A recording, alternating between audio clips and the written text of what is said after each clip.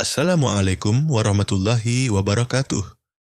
Marilah kita bersama-sama mengirimkan sholawat kepada Nabi Muhammad SAW. Semoga dengan syafaat beliau kita semua diberikan tempat di surganya. Sebelum kita lanjut, jangan lupa untuk subscribe, like, dan tinggalkan komentar di bawah. Semoga video ini membawa berkah dan meningkatkan kecintaan kita kepada Rasulullah SAW. Sore itu langit berwarna kelabu. Awan menggantung rendah di atas kota kecilku. Udara terasa berat, seakan membawa firasat buruk yang menggelayut di hatiku. Aku baru saja pulang kerja, melangkahkan kaki berat ke dalam rumah yang sederhana ini, tak menyangka bahwa sore itu akan mengubah seluruh jalan hidupku. Ayah duduk di ruang tamu, menundukkan kepala, kedua tangannya saling bertaut erat. Wajahnya terlihat jauh lebih tua dari usianya, dengan kerutan yang seakan bertambah dalam-dalam semalam. Di sampingnya, ibu, yang biasanya menyambutku dengan senyum hangat, kini hanya menatap kosong ke lantai, air mata menggenang di pelupuk matanya. Aku berhenti di ambang pintu, dada bergemuruh. "Ayah, ibu, ada apa?" tanyaku, mencoba mengusir ketegangan yang terasa menyesakkan. Ayah mendongak perlahan, suaranya serak ketika berbicara. "Akbar, duduklah. Kita perlu bicara." Aku menelan ludah, merasa tubuhku mendadak kaku. Aku tahu, apapun yang akan dikatakan ayahku, itu bukanlah kabar baik. Aku duduk di kursi yang berseberangan dengan mereka, menunggu dengan jantung berdegup keras. "Akbar," kata ayah, matanya menatapku tajam namun penuh kesedihan. "Toko kita sudah diambang kebangkrutan. Hutang menumpuk, dan rumah ini pun sudah diagunkan. Jika kita tidak segera membayarnya, dalam hitungan minggu, kita akan kehilangan segalanya." Kata-kata itu menghujam jantungku seperti pisau. Aku menoleh ke arah ibu, yang kini mulai terisak pelan, bahunya bergetar. "Tapi kenapa baru sekarang kalian beritahu aku?" tanyaku dengan suara bergetar, berusaha menahan gejolak emosi. Ayah menundukkan kepalanya, seolah tak sanggup menatap mataku. "Kami tidak ingin membebanimu, Nak. Kami pikir, kami bisa menyelesaikannya sendiri. Tapi sekarang, kami butuh bantuanmu." Aku menghela napas panjang, mencoba mencerna kabar buruk itu. Lalu, apa yang bisa kulakukan? Ibu menggenggam tangan ayah erat, seolah meminta kekuatan. Ayah menarik napas panjang sebelum akhirnya berkata, "Ada satu cara, Akbar. Satu-satunya cara yang tersisa." Aku menatap mereka bergantian, menunggu dengan nafas tertahan. "Bu Hajah Marni," kata ayah akhirnya. Aku membeku mendengar nama itu. Bu Hajah Marni, pemilik toko emas terbesar di kota ini. Seorang janda kaya yang dikenal luas sebagai wanita keras kepala, tegas, dan tidak mudah ditundukkan. Usianya jauh lebih tua dariku, mungkin sekitar 55 tahun. Banyak cerita beredar tentang betapa kejamnya dia dalam berbisnis, namun juga betapa berkuasanya dia dalam dunia perdagangan emas. "Apa hubungannya dengan aku?" tanyaku, hampir tak percaya arah pembicaraan ini.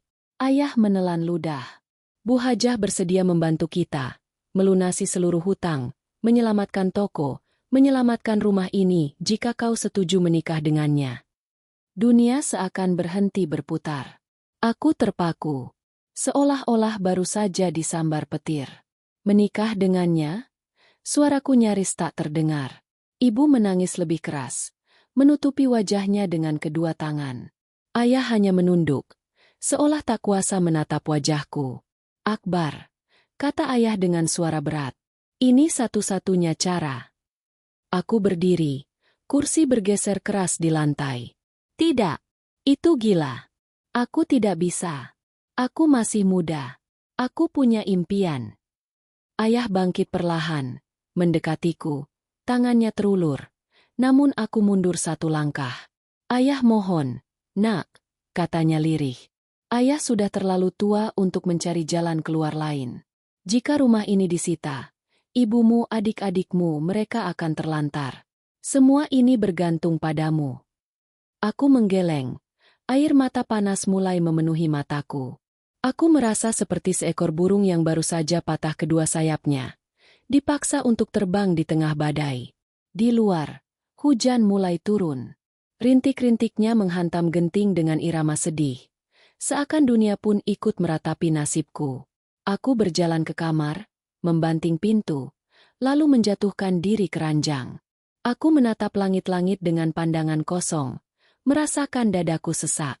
Bagaimana mungkin aku menyerahkan seluruh hidupku untuk seseorang yang bahkan tidak kucintai? Untuk seorang wanita yang 2 kali usiaku? Namun di sisi lain, bagaimana mungkin aku membiarkan keluargaku hancur? Aku memejamkan mata, berharap ini semua hanya mimpi buruk. Tapi tidak. Ini nyata. Malam itu, aku tidak tidur. Aku hanya berbaring di kegelapan, dihantui bayangan tentang pernikahan yang tidak kuinginkan, tentang hidup yang dipaksakan, tentang impian-impian yang harus kukubur dalam-dalam.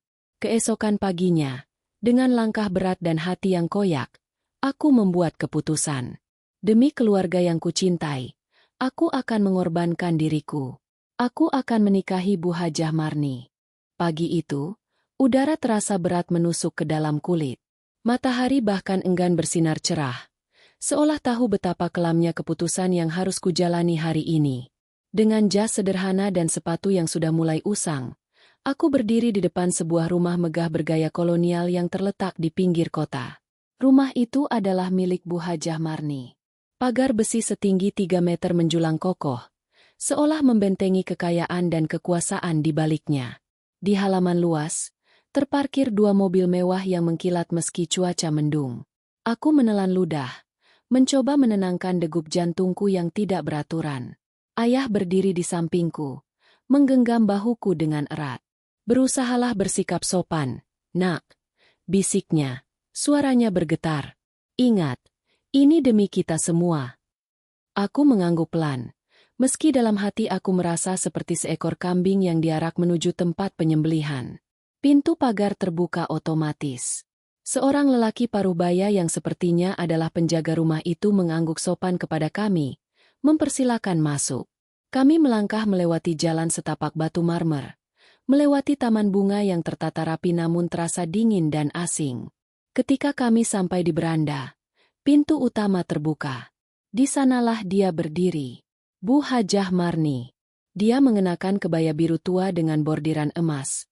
Rambutnya disanggul rapi, wajahnya penuh makeup tebal. Matanya yang kecil menatapku tajam dari balik kacamata berlensa tipis. Senyum tipis mengembang di bibirnya, namun tidak ada kehangatan di dalamnya. Selamat datang, Akbar. Suaranya berat namun tegas. Aku menundukkan kepala sedikit, menahan rasa getir yang memenuhi dadaku.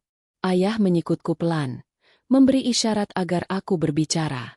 Selamat pagi, Bu Hajah, kataku, memaksakan suara sehalus mungkin. Bu Hajah Marni tersenyum lebih lebar, lalu memberi isyarat agar kami masuk. Di dalam, rumah itu dipenuhi ornamen emas dan furnitur antik yang tampak mahal. Aroma bunga melati samar memenuhi udara, menciptakan suasana yang ganjil antara mewah dan mencekam. Kami duduk di sofa empuk berlapis bludru merah darah. Di hadapan kami, di atas meja marmer besar, terhidang teh panas dan kue-kue tradisional yang disusun rapi di atas piring porselen. Bu Hajah duduk di seberangku, menatapku tanpa berkedip. Aku sudah mendengar tentangmu dari ayahmu, katanya. Anak muda yang sehat, kuat, dan tampan. Aku menahan napas. Setiap kata yang keluar dari mulutnya terasa seperti rantai yang melilit leherku semakin erat. Aku tidak akan bertele-tele, lanjutnya. Aku butuh seorang suami. Seorang yang bisa menemaniku, mengurus usahaku, dan menjaga nama baikku. Ia menatapku dalam-dalam, seolah menguliti seluruh keberadaanku. Sebagai balasan, katanya sambil melirik ke arah ayahku, semua hutang keluargamu akan lunas. Toko kalian akan kembali berdiri. Rumah ini, rumahmu juga. Aku menunduk, merasa darahku mendidih. Ini bukan lamaran. Ini barter. Jiwaku diperdagangkan dengan emas dan properti. Apakah kau setuju, Akbar? Tanyanya. Aku tidak bisa berbicara. Kerongkonganku tercekat. Di benakku, terbayang wajah ibu, Wajah adik-adikku yang polos. Masa depan mereka yang akan hancur jika aku menolak. Dengan berat hati, dengan segenap rasa sakit yang tak bisa kulukiskan, aku mengangguk. Bu Hajah Marni tersenyum puas. Ia mengambil secari kertas dari meja samping, lalu menyerahkannya kepada ayahku. Sebuah surat perjanjian. Semuanya akan sah setelah pernikahan. Tidak ada jalan mundur, katanya tegas. Ayah mengambil surat itu dengan tangan gemetar, membaca sekilas, lalu menandatangani. Aku pun dipaksa membubuhkan tanda tangan di sana, seolah mengikatkan diriku pada sebuah nasib yang tak pernah kuimpikan. Hari itu juga, pernikahan dipersiapkan. Tanpa pesta mewah, tanpa tamu undangan. Hanya sebuah akad sederhana di dalam rumah megah itu, disaksikan oleh penghulu dan beberapa saksi yang diundang secara pribadi. Aku mengenakan baju koko putih yang dipinjamkan, sedangkan Bu Hajah mengenakan kebaya pengantin berwarna emas mencolok. Saat ijab kabul diucapkan, suaraku hampir tak terdengar. Tangan yang kugunakan untuk menjabat tangan penghulu terasa beku. Setiap kata yang meluncur dari bibirku seakan menusuk hatiku sendiri. Selesai. Aku resmi menjadi suami Bu Hajah Marni. Semua orang tersenyum. Ayahku menangis terharu. Ibu pun memelukku erat sambil berbisik. Terima kasih, Nak. Semoga Allah membalas pengorbananmu. Tapi hatiku kosong. Malam itu, saat aku duduk di kamar tamu yang telah disediakan untukku, aku menatap jendela yang menghadap ke taman. Hujan turun deras, membasahi bumi, seolah mencuci dosa-dosa yang dilakukan hari ini. Aku menarik napas dalam-dalam, mencoba menenangkan diriku. Tapi semakin aku mencoba, semakin perih luka yang kurasakan di dada. Aku kini milik wanita yang tidak kucintai. Aku kini terperangkap dalam sangkar emas. Dan hidupku baru saja dimulai di neraka yang bernama pernikahan. Aku terbangun oleh suara pintu yang berderit pelan. Jam di dinding menunjukkan pukul 11 malam. Udara di kamar terasa dingin, tapi keringat membasahi tubuhku. Mataku perlahan membuka. Dan di sanalah dia, Bu Hajah Marni, berdiri di ambang pintu, mengenakan daster sutra merah menyala. Nafasku tercekat. Setiap langkah yang diambilnya menuju ranjang tempatku berbaring terasa berat bagiku. Langkah-langkah itu bukan sekadar gerakan fisik. Itu adalah perwujudan nyata dari belenggu yang telah mengikatku malam ini. Tanpa berkata sepatah kata pun, ia duduk di tepi ranjang. Matanya menatapku. Mata seorang wanita yang tahu bahwa malam ini, segala sesuatu yang telah dituliskan dalam surat perjanjian itu harus dipenuhi. Aku tahu ini berat bagimu, katanya pelan. Nadanya datar namun dalam. Tapi kau harus mengerti. Kau sekarang suamiku. Dan aku berhak atasmu. Aku hanya bisa menundukkan kepala. Rasa malu, takut, dan getir bercampur menjadi satu dalam dadaku. Aku ingin berteriak. Ingin melarikan diri, tapi kedua kakiku seperti tertancap di lantai. Bu Hajah mengangkat tanganku dengan perlahan, memandang wajahku yang penuh keterpaksaan. Ia mengelus pipiku dengan jemari yang dingin. Setiap sentuhannya membuat tubuhku gemetar, bukan karena gairah, melainkan karena rasa jijik yang tak mampu kutahan. Malam itu, aku menyerahkan seluruh kehormatanku. Bukan atas dasar cinta, bukan karena keinginan, melainkan karena keterpaksaan. Setiap detiknya terasa seperti siksaan yang tak berujung. Aku memejamkan mata, membiarkan pikiranku melayang jauh, membayangkan aku berada di tempat lain, bersama orang lain. Ketika semuanya usai, aku berbalik membelakangi Bu Hajah, menahan isak tangis yang hampir pecah. Aku menggenggam erat seprei kasur, mencoba menahan diri agar tidak menangis keras-keras. Aku tidak ingin terlihat lemah. Aku tidak ingin dia tahu betapa hancurnya aku malam ini. Bu Hajah memelukku dari belakang, erat, seakan aku adalah miliknya sepenuhnya sekarang. Aku membiarkan tubuhku kaku dalam pelukannya, menahan segala rasa sakit yang membuncah di dada. Mulai besok, kau akan bekerja di toko emas bersamaku. Bisiknya di telingaku sebelum akhirnya tertidur. Aku menatap kosong ke arah jendela. Hujan masih turun, seolah langit pun menangis bersamaku. Pagi datang dengan cepat. Aku bangun lebih awal, meninggalkan kamar sebelum Bu Hajah terbangun. Aku duduk di teras rumah, memandangi jalanan basah sisa hujan semalam. Rasanya seperti mimpi buruk yang belum juga usai. Tak lama kemudian, supir keluarga, Pak Sarman, menghampiriku. "Tuan muda," katanya dengan sopan, seolah sudah diinstruksikan untuk memanggilku begitu. "Bu Hajah meminta Anda bersiap ke toko." Aku mengangguk lesu, bangkit dari tempat duduk. Dalam hati, aku bertanya, bagaimana mungkin aku menjalani hari-hari ke depan seperti ini? Bagaimana mungkin aku berpura-pura menjadi seorang suami yang bahagia, padahal hatiku hancur berkeping-keping? Di dalam mobil, aku menatap jalanan kota yang ramai. Orang-orang berlalu lalang, sibuk dengan urusan mereka. Tak ada satupun yang tahu betapa menderitanya aku saat ini. Setiap lampu merah terasa seperti jebakan. Setiap detik terasa seperti siksaan. Kami tiba di toko emas milik Bu Hajah. Toko itu terletak di tengah kota. Dengan etalase megah berkilauan menampilkan berbagai macam perhiasan emas murni.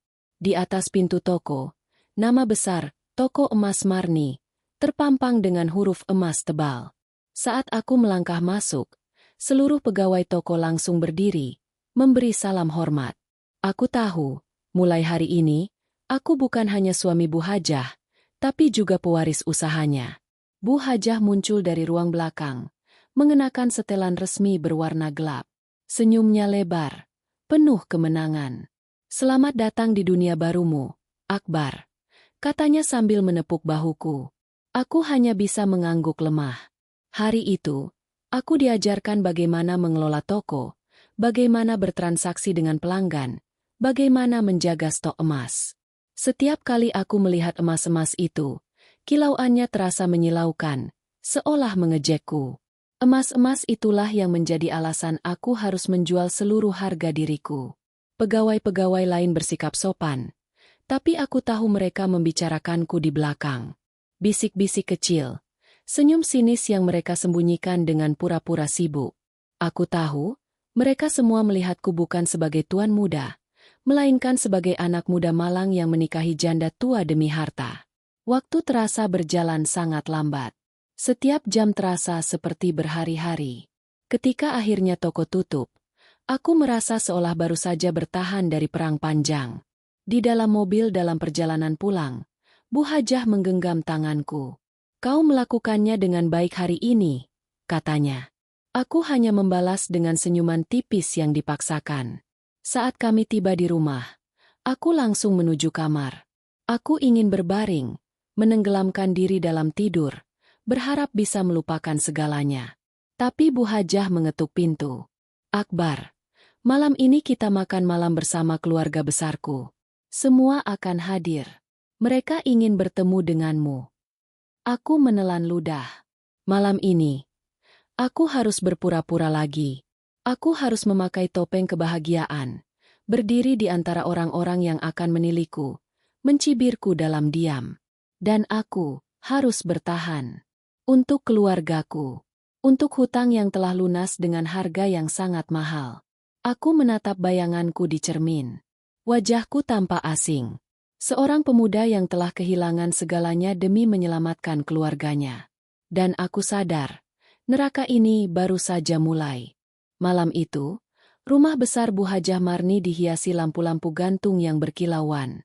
Meja makan panjang telah ditata dengan rapi. Piring-piring porselen mahal berjejer.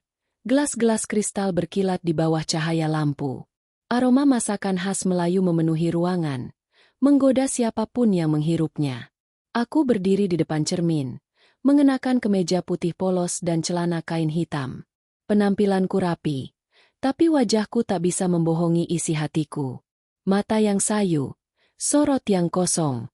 Aku menarik napas panjang, mencoba menguatkan diri. Di ruang makan, para tamu sudah mulai berdatangan. Keluarga besar Bu Hajah Marni ternyata bukan orang sembarangan. Ada yang mengelola usaha properti, ada pula yang memimpin koperasi emas terbesar di kota. Mereka semua berpakaian mewah, berbicara dengan suara berat dan penuh wibawa. Aku melangkah ke tengah ruangan, merasa seperti seekor rusa yang masuk ke kandang singa. Semua mata tertuju padaku. Tatapan mereka bermacam-macam. Ada yang penuh rasa ingin tahu, ada yang mencibir halus, dan tak sedikit yang menatapku dengan rasa jijik yang tak mereka sembunyikan. Bu Hajah menyambutku dengan senyuman penuh kebanggaan, meraih tanganku dan menggandengku ke tengah. "Ini suamiku, Akbar," katanya lantang. Beberapa tamu tersenyum tipis. Ada yang mengangguk sopan, ada pula yang saling berbisik, berusaha menahan tawa. Aku menunduk sopan, menyalami satu persatu kerabatnya. Setiap jabat tangan terasa seperti cengkeraman dingin yang menusuk kulitku. "Masih muda sekali," komentar salah satu sepupu Bu Hajah, seorang pria parubaya bertubuh gempal. "Iya, seperti anaknya sendiri," sahut wanita lain dengan tawa kecil yang menusuk telingaku. Aku hanya bisa tersenyum kaku, menahan rasa malu yang membakar wajahku. Jamuan makan dimulai. Hidangan demi hidangan disajikan, mulai dari rendang, gulai kambing, hingga ikan bakar sambal hijau. Aku duduk di samping Bu Hajah, berusaha makan meski rasanya seperti menelan batu. Obrolan di meja makan mengalir tentang bisnis, harga emas, dan proyek-proyek baru. Sesekali topik kembali ke pernikahan kami. Mereka bertanya bagaimana kami bertemu, bagaimana rasanya menjadi bagian dari keluarga besar ini. Aku menjawab dengan suara datar, menghafal jawaban-jawaban yang sudah disiapkan Bu Hajah. "Akbar anak baik," kata Bu Hajah sambil menepuk bahuku. "Dia akan menjadi pewaris toko emas kami kelak." Semua orang bertepuk tangan. Aku tersenyum pahit. Warisan emas yang dibayar dengan kebebasan dan harga diri. Setelah makan malam, sebagian tamu berkumpul di ruang tamu. Aku ikut duduk di sana, mendengarkan obrolan yang tak pernah kutahu sebelumnya akan menjadi bagian dari hidupku. Beberapa kerabat mendekatiku, bertanya tentang rencana bisnis, tentang bagaimana aku akan membantu mengelola toko emas. Mereka berbicara seolah-olah aku telah menjadi bagian dari keluarga ini sejak lama. Tapi di balik semua itu, aku tahu, mereka tidak benar-benar menerimaku. Mereka hanya melihatku sebagai alat. Alat untuk mempertahankan nama besar keluarga Bu Hajah Marni. Malam itu berakhir dengan senyum-senyum palsu dan pelukan basa-basi. Ketika semua tamu telah pulang, aku kembali ke kamar. Aku menutup pintu perlahan, lalu menjatuhkan tubuhku di ranjang. Aku menatap langit-langit kamar dengan mata kosong. Aku telah resmi menjadi bagian dari dunia yang tidak kumengerti. Dunia yang penuh kemewahan tapi kosong dari kebahagiaan. Aku telah kehilangan diriku sendiri. Dan semakin dalam aku tenggelam, semakin sulit aku melihat jalan keluar. Keesokan harinya, hidupku mulai berputar dalam rutinitas yang membelenggu. Pagi bekerja di toko, siang melayani pelanggan, malam menjadi suami bagi Bu Hajah Marni. Setiap hari terasa seperti siksaan perlahan. Setiap senyuman yang kutunjukkan adalah topeng. Setiap langkah yang kuambil terasa berat. Di toko, para pegawai mulai berani bersikap kurang ajar. Ada yang sengaja menjatuhkan barang di hadapanku. Ada yang tertawa kecil saat aku memberi arahan. Aku tahu, mereka tidak benar-benar menghormatiku. Mereka menganggapku hanya sebagai boneka Bu Hajah. Suatu siang, saat aku sedang memeriksa laporan keuangan di ruang belakang, aku mendengar tawa cekikikan dari ruang depan. Aku mengintip dan melihat beberapa pegawai sedang membicarakanku. "Katanya cinta," kata salah satu dari mereka, menahan tawa. "Cinta sama lemari besi emas." "Iya. Anak kecil kayak gitu mana mungkin cinta sama Bu Hajah," sahut yang lain. Tawa mereka menyakitkan. Seperti duri yang menancap di dadaku. Aku kembali ke ruang belakang, menutup pintu perlahan. Aku duduk di kursi, menundukkan kepala, merasakan air mata menggenang di mata. Aku ingin marah. Aku ingin berteriak. Tapi apa gunanya? Aku sudah memilih jalan ini. Aku sudah menyerahkan harga diriku. Aku hanya bisa bertahan. Bertahan demi keluarga yang telah kutolong dengan mengorbankan diriku sendiri. Malam itu, saat aku pulang ke rumah, aku menemukan Bu Hajah menungguku di ruang tamu, mengenakan gaun malam berwarna hitam pekat. Ia tersenyum, memanggilku untuk duduk di sampingnya. "Aku bangga padamu, Akbar," katanya sambil membelai rambutku. Kau sudah mulai belajar. Aku hanya tersenyum lemah. Aku punya rencana besar. Lanjutnya, kita akan memperluas usaha. Kita akan membuka cabang baru di kota sebelah. Dan kau akan memimpin cabang itu. Aku terkejut. Membuka cabang baru? Aku belum pernah sekalipun memimpin bisnis sebesar ini. Melihat keraguanku, Bu Hajah tertawa kecil. Kau tidak perlu takut, katanya. Aku akan selalu membimbingmu. Kita akan menjadi pasangan yang kuat. Semua orang akan iri melihat kita. Aku menunduk. Pasangan yang kuat? Atau tahanan dan penjaganya? Aku tidak tahu. Yang aku tahu, jalan di depan semakin panjang, semakin berat, dan aku harus bertahan. Apapun yang terjadi. Hari-hari berlalu dengan lambat. Seakan waktu berkonspirasi untuk menyiksaku. Aku menjalani rutinitas tanpa jiwa, seperti mesin tua yang dipaksa tetap bergerak. Setiap pagi, aku mengenakan pakaian rapi, memasang senyum palsu, dan menuju toko emas yang sekarang menjadi dunia kecilku. Tapi di balik semua itu, hatiku semakin kosong. Tiap kali aku melihat wajahku di cermin toko, aku hampir tak mengenali siapa diriku. Seorang pemuda yang pernah punya mimpi, kini berubah menjadi pria yang dikendalikan oleh ambisi orang lain. Semua karena pernikahan yang tidak pernah kudambakan. Bu Hajah Marni memperlakukanku bak properti berharga. Di depan pelanggan, ia memanggilku dengan nada manja, menyuruhku mengambilkan ini itu, seolah ingin menunjukkan bahwa aku adalah miliknya. Ia memperkenalkanku kepada para kenalannya sebagai suami tercinta yang siap mewarisi kerajaannya.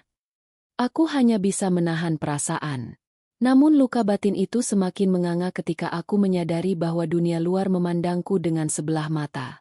Banyak pelanggan yang bersikap sinis. Mereka memanggilku dengan sebutan yang menusuk hati. Bahkan ada yang secara terang-terangan menyindir. Mas Akbar ini beruntung sekali ya, ujar seorang pelanggan Parubaya. Nadanya setengah mengejek.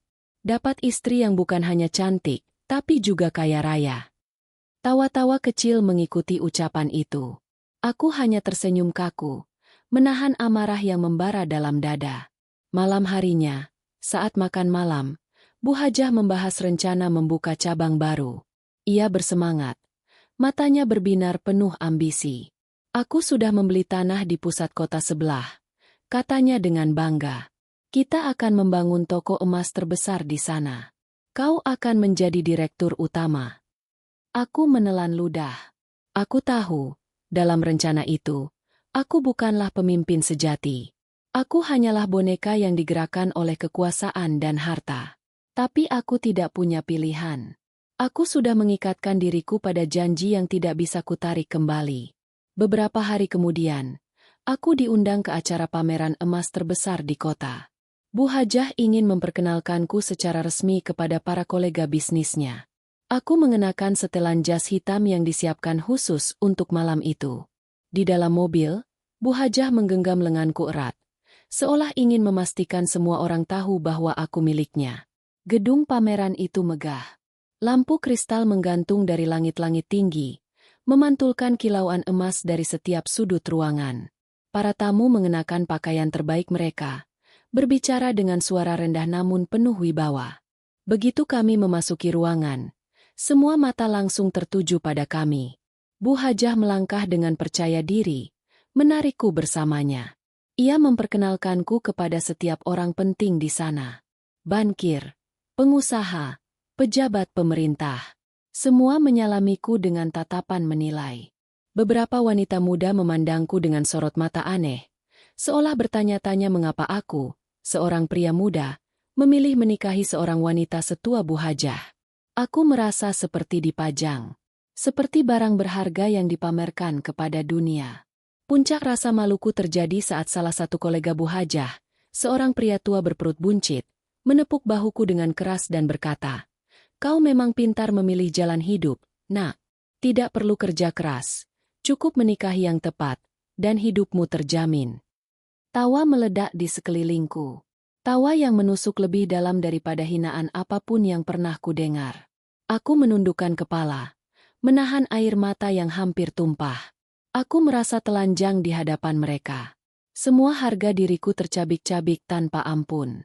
Malam itu, ketika kami pulang, aku tak mengucapkan sepatah kata pun.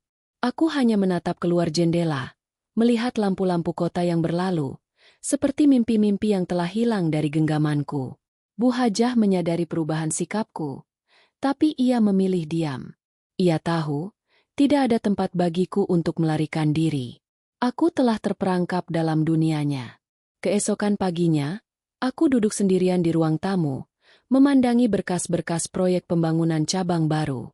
Di hadapanku ada kontrak-kontrak yang harus kutandatangani, surat-surat izin yang harus kurus. Tapi pikiranku melayang jauh. Aku memikirkan kehidupanku yang dulu. Tentang mimpiku membuka usaha kecil di bidang teknologi. Tentang keinginanku membangun keluarga kecil yang hangat, penuh cinta dan tawa. Semua itu terasa begitu jauh sekarang. Aku mengambil selembar foto lama dari dompetku. Foto keluargaku. Ibu, ayah, dan adik-adikku tersenyum lebar di dalamnya. Aku menatap foto itu lama. Aku mengingat alasan mengapa aku memilih jalan ini.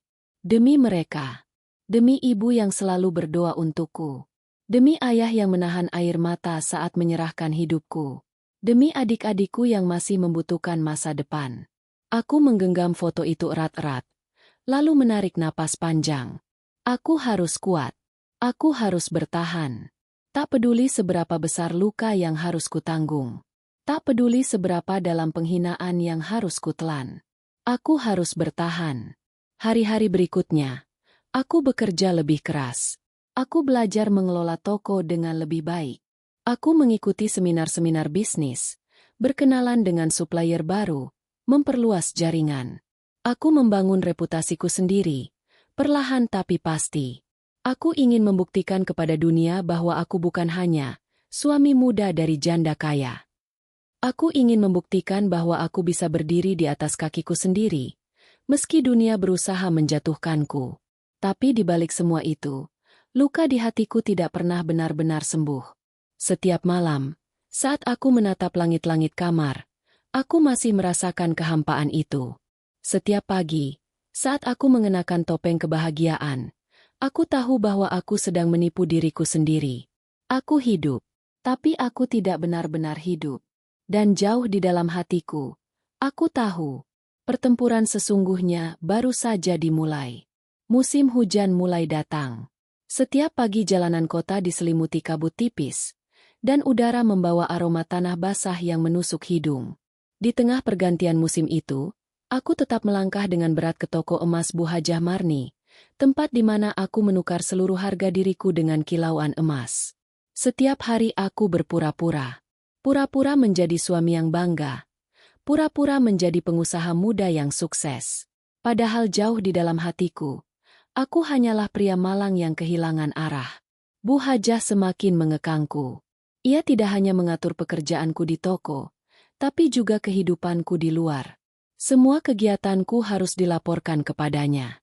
Setiap pertemuan bisnis, setiap makan siang dengan klien, bahkan sekadar berolahraga di taman pun harus seizin darinya. Aku hanya ingin memastikan kau selalu aman, katanya manis. Padahal di balik itu aku tahu, ia takut kehilangan kendali atas diriku. Ruang gerakku menyempit. Aku merasa seperti burung dalam sangkar emas yang megah tapi dingin. Aku bisa melihat dunia luar, bisa membayangkan kebebasan, tapi tak pernah benar-benar bisa meraihnya. Suatu siang, saat aku sedang mengawasi transaksi di toko, seorang wanita muda datang. Namanya Dinda. Ia mengenakan blus sederhana dan celana jeans. Wajahnya polos dengan senyum ramah. Ia ingin membeli kalung emas untuk ibunya. Aku melayaninya dengan profesional. Tapi ada sesuatu dalam sikap Dinda yang menghangatkan hatiku. Kesederhanaan dan kejujurannya mengingatkanku pada kehidupan lamaku. Pada dunia sebelum semua ini terjadi. Setelah transaksi selesai, Dinda tersenyum padaku. "Terima kasih, Mas Akbar," katanya sambil membungkukkan badan sedikit. Aku membalas dengan senyum tipis. Beberapa hari kemudian, Dinda kembali, membeli anting-anting untuk hadiah ulang tahun temannya. Lalu kembali lagi, membeli cincin emas kecil untuk kakaknya. Setiap kali ia datang, aku merasakan sedikit cahaya di tengah kegelapan hidupku. Kami mulai berbicara lebih banyak tentang hobinya membaca, tentang mimpinya membuka perpustakaan kecil, tentang betapa ia mencintai hidup sederhana. Obrolan itu menjadi pelarian kecilku. Aku tahu ini berbahaya. Aku tahu, aku adalah suami dari wanita yang bisa menghancurkanku kapan saja. Tapi aku juga tahu, aku hanya manusia yang membutuhkan secercah kebahagiaan. Hubunganku dengan Dinda tetap di batas yang sopan. Tidak ada sentuhan, tidak ada kata-kata mesra. Hanya percakapan hangat yang membuatku merasa hidup kembali. Namun dunia ini kejam terhadap orang-orang yang berusaha mencari setitik cahaya di tengah kegelapan. Suatu sore, saat aku dan Dinda sedang berbincang santai di sudut toko, Bu Hajah datang tanpa pemberitahuan. Wajahnya mengeras saat melihat kami berbicara. Dinda segera pamit dengan sopan, meninggalkan toko dengan langkah terburu-buru. Bu Hajah menghampiriku. Tatapannya tajam seperti belati. "Siapa dia?" tanyanya dingin. "Pelangganku," jawabku pendek. "Kau tampak terlalu ramah untuk seorang suami." Suaranya bergetar menahan amarah. Aku menghela napas panjang. Aku hanya melakukan pekerjaanku. Tapi Bu Hajah tidak mau mendengar. Malam itu, di rumah, ia meluapkan kemarahannya. Ia menuduhku tidak setia, mengancam akan mencabut semua hakku atas usaha jika aku berani bermain api. "Aku membelimu, Akbar," katanya tajam. "Aku berhak atasmu. Jangan pernah berpikir kau bisa lepas dariku." Aku menatapnya dalam diam. Untuk pertama kalinya, aku tidak merasa takut. Aku merasa marah. Marah karena harga diriku diinjak-injak. Marah karena hidupku diperlakukan seperti barang dagangan. Tapi aku tahu, melawan hanya akan memperburuk keadaan. Aku harus tetap bermain dengan aturannya. Setidaknya untuk sekarang. Beberapa hari berlalu. Dinda tidak pernah kembali ke toko. Aku merindukan percakapan singkat kami, senyum hangatnya, suara tawanya yang ringan. Tapi aku tahu, dunia ini terlalu kecil untuk dua orang yang saling mencari cahaya di tempat gelap. Aku kembali ke rutinitas kosongku. Menghitung emas, melayani pelanggan, bersikap seperti suami yang setia, tersenyum untuk dunia, menangis dalam hati. Suatu malam, Bu Hajah mengajakku makan malam di restoran mewah.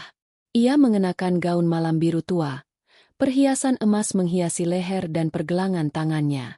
Aku mengenakan jas hitam, menyesuaikan diri dengan dunia yang bukan milikku. Di meja restoran itu, Bu Hajah berbicara tentang rencana masa depan, tentang cabang-cabang baru, tentang perluasan usaha keluar kota, tentang membangun kerajaan emas yang akan diwariskan padaku. Aku mendengarkan dengan kosong. Aku sadar, emas-emas itu bukan untukku. Semua ini adalah rantai. Semakin besar kerajaan itu, semakin berat rantai yang mengikatku. Di tengah makan malam, Bu Hajah menggenggam tanganku. "Aku mencintaimu, Akbar," katanya lirih. Aku menahan napas. Aku tidak tahu harus menjawab apa. Bagaimana mungkin aku membalas perasaan yang tidak pernah kumiliki? Aku tersenyum tipis, pura-pura mengerti. Dan dalam hati, aku menangis. Beberapa minggu berlalu. Aku tenggelam dalam pekerjaanku. Aku mengelola toko, membangun relasi bisnis, memperluas jaringan supplier. Aku mencoba meyakinkan diriku bahwa semua ini tidak sia-sia. Aku mencoba percaya bahwa pengorbananku ada artinya. Tapi setiap malam, saat aku memandang langit dari jendela kamar, aku tahu, jiwaku perlahan-lahan mati. Dan tidak ada seorang pun yang peduli. Aku hanya seorang tawanan dalam sangkar emas.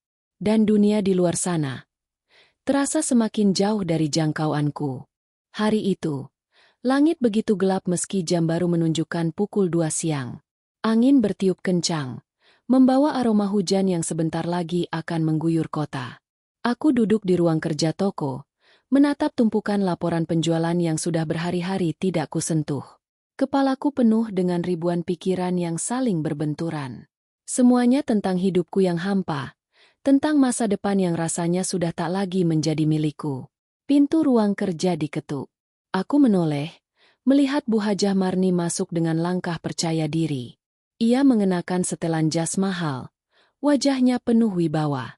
"Besok kita akan mengadakan rapat besar," katanya sambil meletakkan beberapa berkas di mejaku. "Aku ingin kau memperkenalkan konsep ekspansi baru ke para investor." Aku mengangguk pelan. Meski dalam hati aku tidak lagi merasa peduli. Bu Hajah mendekat, menatapku dengan mata yang penuh rasa memiliki. "Aku bangga padamu, Akbar," katanya sambil mengelus pundakku. "Kau adalah bukti bahwa cintaku tidak salah pilih." Aku menahan nafas, menatap kosong ke arah tumpukan berkas di meja. Cinta? Tidak ada cinta di sini. Yang ada hanya kesepakatan, belenggu, dan pengkhianatan terhadap diriku sendiri. Malam itu, setelah toko tutup, aku berjalan kaki pulang. Aku butuh waktu untuk berpikir, untuk menenangkan badai di dalam diriku. Hujan mulai turun deras, membasahi jalanan kota, membasahi tubuhku, membasahi seluruh luka yang sudah terlalu lama kupendam. Aku berjalan tanpa arah. Langkah kakiku membawa aku ke sebuah taman kecil di pinggir kota. Taman yang dulu sering aku kunjungi saat hidupku masih sederhana, saat aku masih punya mimpi. Aku duduk di bangku taman yang basah. Di hadapanku, genangan air membentuk pantulan samar lampu jalan. Aku menatap bayanganku sendiri. Bayangan seorang pria muda yang kehilangan dirinya. Aku tidak tahu berapa lama aku duduk di sana. Yang ku tahu, dalam diam itu, dalam dinginnya hujan malam, aku membuat keputusan. Aku tidak bisa hidup seperti ini selamanya. Aku harus mengambil kembali hidupku. Apapun risikonya. Keesokan paginya, aku datang ke toko lebih awal dari biasanya. Aku mengenakan pakaian biasa, tanpa setelan jas mahal, tanpa sepatu mengkilap. Aku ingin menjadi diriku sendiri untuk terakhir kalinya di tempat ini. Saat pegawai mulai berdatangan, mereka menatapku dengan heran. Aku tidak peduli. Aku masuk ke ruang kerja, mengambil semua dokumen penting yang kubutuhkan, bukti transfer, laporan keuangan, dan kontrak-kontrak yang selama ini mengikatku. Aku memasukkannya ke dalam tas kecil. Lalu aku menulis surat. Surat untuk Bu Hajah Marni. Isinya sederhana. Aku berterima kasih atas semua kesempatan yang diberikannya. Aku meminta maaf karena tidak bisa lagi melanjutkan peran yang dipaksakan kepadaku. Aku mengucapkan salam, tanpa janji untuk kembali. Aku meletakkan surat itu di meja kerjaku. Lalu aku melangkah keluar dari toko. Untuk pertama kalinya dalam berbulan-bulan, aku merasakan udara bebas mengisi paru-paruku. Aku berjalan cepat menyusuri trotoar, tanpa menoleh ke belakang. Setiap langkah terasa seperti mematahkan rantai-rantai yang selama ini membelengguku. Aku pergi ke terminal kota. Aku membeli tiket bus menuju kota kecil di luar provinsi. Tempat di mana tidak ada yang mengenalku. Tempat di mana aku bisa memulai hidup baru dari nol. Di dalam bus, aku duduk di dekat jendela.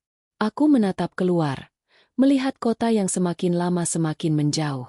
Kota tempat aku kehilangan diriku sendiri. Kota tempat aku menyerahkan hidupku demi keluarga. Aku tidak menyesali pengorbananku. Tapi aku tahu, sekarang saatnya aku memperjuangkan diriku sendiri. Perjalanan panjang itu memberiku banyak waktu untuk berpikir.